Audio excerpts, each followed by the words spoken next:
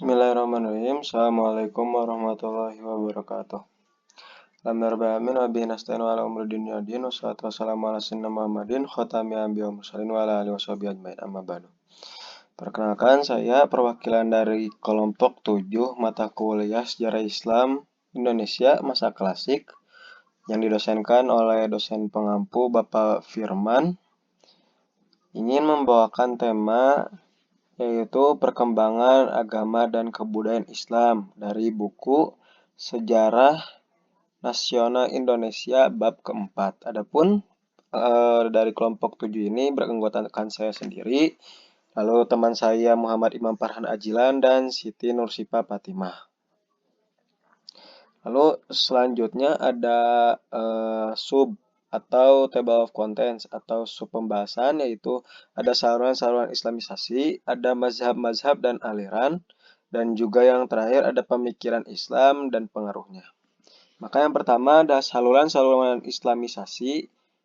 Yang pertama bisa kita lihat dari peta tersebut adalah peta penyebaran Islam yang berasal dari Timur Tengah. Maka muncullah ya, seperti yang kita tahu, beberapa teori mengenai penyebaran Islam, yaitu ada yang dari Cina, seperti yang bisa kita lihat ya.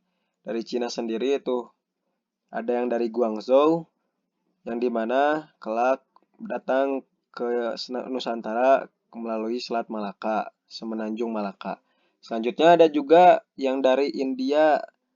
Nah, yang di India ini atau Gujarat ya, yang biasa kita dengar. Lalu juga ada teori Arab, dan yang terakhir ada teori Persia.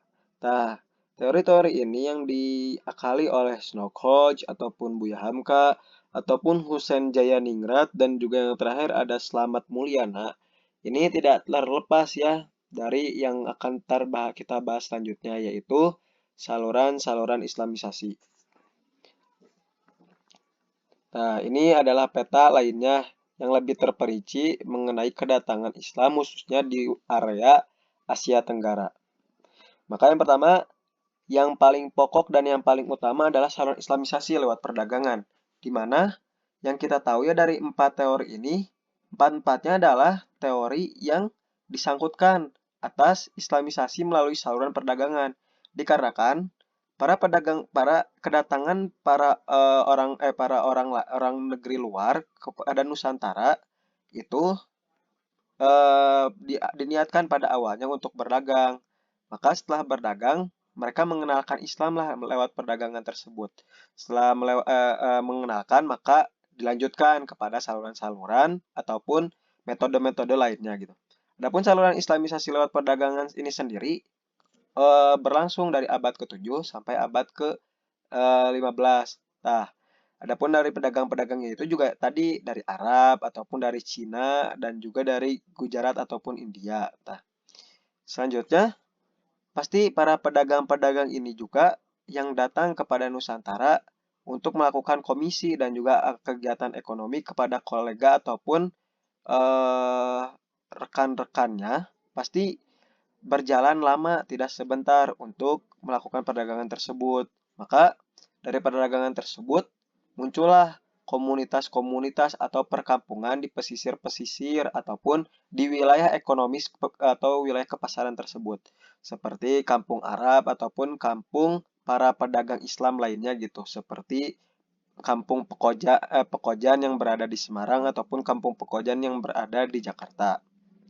Nah, selanjutnya, agar memudahkan islamisasi tadi yang telah dikenalkan oleh para pedagang, maka para saudagar ataupun para ulama lebih memilih untuk menikahkan dengan baik itu dengan warga pribumi Nusantara, baik itu dengan masyarakat biasa ataupun yang lebih banyak dilakukan oleh para ulama dan juga para saudagar kaya, yaitu kepada kaum-kaum yang terpandang, baik itu anak keturunan terpandang ataupun khususnya anak atau keturunan dari suatu kerajaan.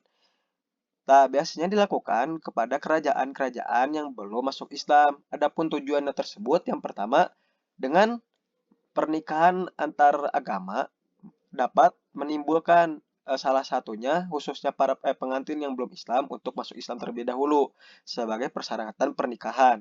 Nah, di sisi lain dengan adanya pernikahan itu dapat mempererat dua golongan antara pedagang ataupun ulama Islam dengan kerajaan yang belum Islam tersebut dapat mempererat kerjasamanya. Di sisi lain, dengan Islamnya sang pengantin dapat memudahkan untuk mendakwahkan atau mengislamkan kepada keluarganya dan juga kepada pengikut dan masyarakat dari kerajaan tersebut. Sehingga saluran islamisasi ini banyak terjadi. Salah satunya yang kita tahu ulama dari Timur Tengah yaitu Syarif Abdullah yang menikahkan dengan Lara Santra yang akhirnya dikaruniai anak yang bernama Syarif Hidayatullah ataupun kelak menjadi Sunan Gunung Jati. Ataupun di sisi lain juga seperti kisah yang terkenal yaitu Raja Brawijaya V, Raja Brawijaya terakhir dari kerajaan Majapahit yang menikah dengan anak dari kerajaan Champa yang berada di Thailand. Kerajaan Champa ini berada di dalam agama Islam. Sedangkan Majapahit sendiri adalah kerajaan Hindu. Nah, kelak dengan pernikahannya tersebut mendakwahkan kepada kerajaan Majapahit terakhir itu sendiri. Selanjutnya ada saluran islamisasi lewat tasawuf. Nah, dikarenakan ajaran-ajaran atau animisme yang terus melekat di dalam kehidupan masyarakat Hindu-Buddha sehingga mereka percaya dengan petuah-petuah nenek moyang tersebut, maka saluran islamisasi ini masuk ataupun budaya-budaya tentang kepercayaan mistik ataupun magis itu dapat masuk kepada eh, Nusantara pada zaman Hindu dan Buddha sehingga dapat diperkenalkan lewat tasawuf itu ataupun pengenalan islamisasi rohani dan juga mistik. Nah, dengan ilmu-ilmu tasawuf seperti adapun sufi-sufi terkenal di zaman tersebut seperti Hamzah Pansuri ataupun Syekh Siti Jenar.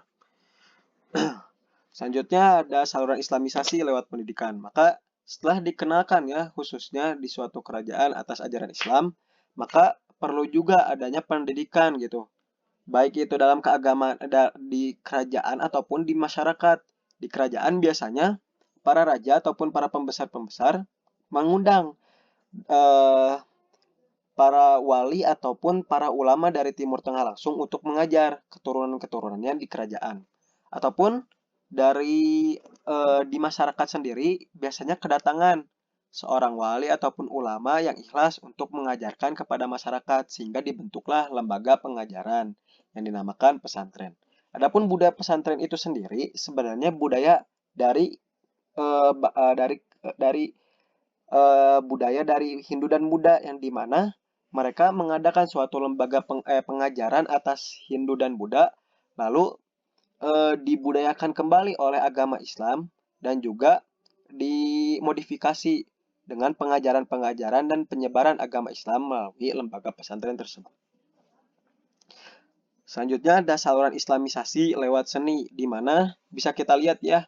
Di sini ada foto Masjid Menara Kudus di mana Masjid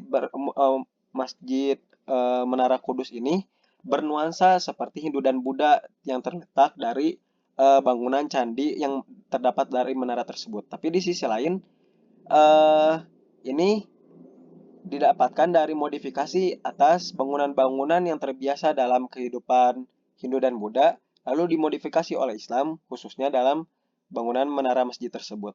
Selanjutnya ada seni-seni yang lainnya seperti seni tarian, seperti tari saman yang lekat pada budaya Melayu. Lalu ada seni pertunjukan ataupun seni acara keagamaan ya, seperti grebeg Maulud ataupun grebeg Suro ataupun grebeg Ramadan gitu. Dan juga seperti seni acara bela diri yaitu debus. Nah, tapi yang paling terkenal adalah seni wayang kulit, di mana seni wayang kulit ini memberikan pertunjukan tentang pengajaran agama Islam lewat cerita-cerita Hindu-Buddha seperti Ramayana Mahabharata yang dimana diaktualisasikan dan juga dimodifikasi dan diberikan nilai-nilai dan pengajaran agama Islam. Selanjutnya dalam bab kedua ini ataupun sub kedua yang membahas tentang mazhab-mazhab dan sekte-sekte Islam. Di mana terdapat ya, maaf kalau kurang jelas, yaitu ada peta peta Islam pada masa Bani Abbasiyah, yaitu pada abad 700 sampai abad 7 sampai abad 13. Nah, bisa kita lihat ya, mazhab Hanafi itu sendiri berada biasanya di Asia Tengah dan Asia Barat, sehingga mazhab Hanafi ini paling banyak dipegang oleh umat muslim Ahlussunnah wal Jamaah, dikarenakan mazhab Hanafi sendiri populer di wilayah India, Pakistan, Bangladesh, dan wilayah Asia Tengah dan Barat lainnya. Selanjutnya ada Syafi'i, di mana Syafi'i sendiri banyak dipegang oleh Muslim Sunni di wilayah Yaman, eh, lalu Mesir, sedikitnya Mesir, dan juga Asia Tenggara seperti Thailand, Thailand Selatan, dan juga Malaysia, Brunei, dan juga Indonesia. Sehingga Syafi'i sendiri kental, khususnya eh, ajaran-ajaran dari Imam Syafi'i tersebut di negara Indonesia dari dulu sampai sekarang. Selanjutnya ada mazhab Hambali, yang dimana mazhab Hambali ini populer di wilayah Saudi Arabia dan semenanjung Arab. Dan yang terakhir ada Maliki, di mana Maliki ini populer di wilayah Afrika Utara dan juga Afrika Barat seperti Mesir, Maroko, daerah Maghrib seperti Aljazair, Tunisia, dan Maroko. Selanjutnya ada bab terakhir, yaitu pemikiran Islam dan pengaruhnya, di mana yang pertama adalah penjelasan fikih. Fikih ini adalah ajaran ataupun salah satu pan Islam yang dimana menjelaskan tentang ajaran, syariah, lalu hukum dan ganjarannya atas semua yang kita lakukan dalam pengabdian kita kepada Allah Subhanahu wa taala. Maka fikih ini dibagi-bagi ya. Ajaran-ajaran ini juga berkaitan dalam seluruh aspek dalam kehidupan kita sebagai muslim, sebagai hamba Allah. Maka dalam fikih ini dibagi-bagi, yaitu fikih ibadah, fikih muamalah, fikih keluarga, sampai fikih jinayat atau pengadilan Islam. Selanjutnya ada tasawuf dan tarekat, di mana tasawuf dan tarekat ini adalah dua hal yang tidak bisa dipisahkan dan saling berdampingan gitu, karena ajarannya yang hampir sama. Adapun tasawuf sendiri adalah suatu ajaran yang dimana mengenai teologi ataupun pola pikir kita mengenai keilahian ataupun tentang ketuhanan. Nah, selain itu tasawuf juga adalah cara kita sebagai hamba mendekatkan diri kepada Allah Subhanahu wa taala dengan berbagai tingkatan dan juga jalan-jalannya gitu.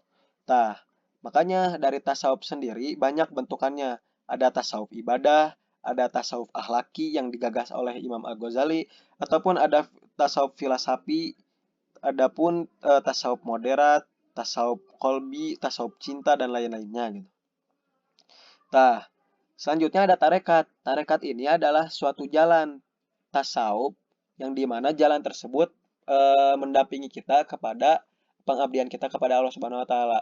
Makanya tarekat ini banyak bentuknya karena banyak jalan-jalan yang kita lalui dan dari jalan tersebut banyak ibadah yang harus kita jalani untuk tujuannya satu, mendapatkan derajat di sisi Allah Subhanahu wa taala.